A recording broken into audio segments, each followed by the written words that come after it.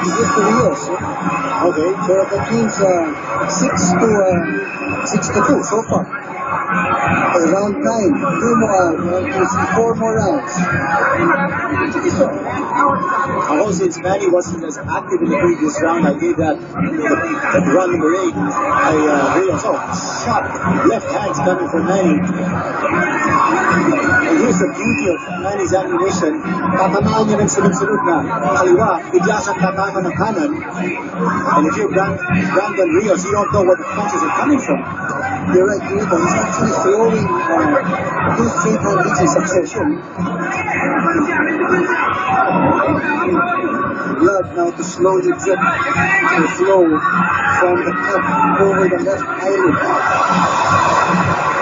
6, 7, 8 punch combination.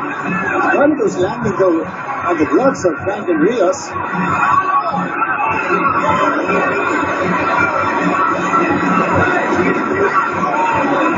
Rios is very busy trying to carry the risk of the punches and to block them.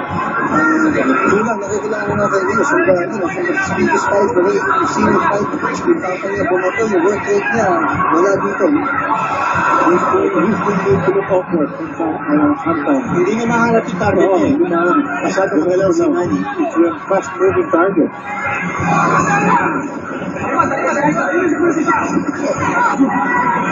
Gusto makakatama si President.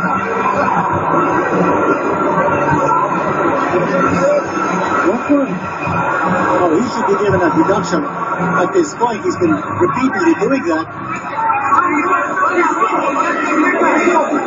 Bagal ni Brandon Rios.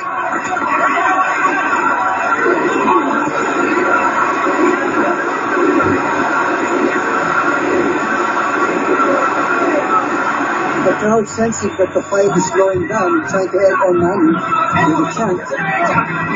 Alam mo, napanggit natin kanina just 2 rounds a while ago, nakakapahinga si Rios. So kahit kasi nasabi natin si Manny, nakakapahinga. Going into this final 4 rounds, kinakailangan ituloy yung aggression mo para pagdating sa 11 na 12 championship rounds, medyo sigurado ka na.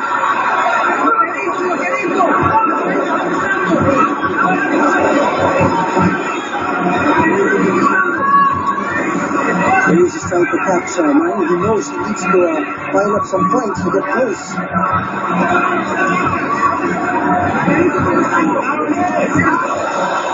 Shots coming for Manny Pacquiao. But bigalikan naman siya ni Brandon Rios.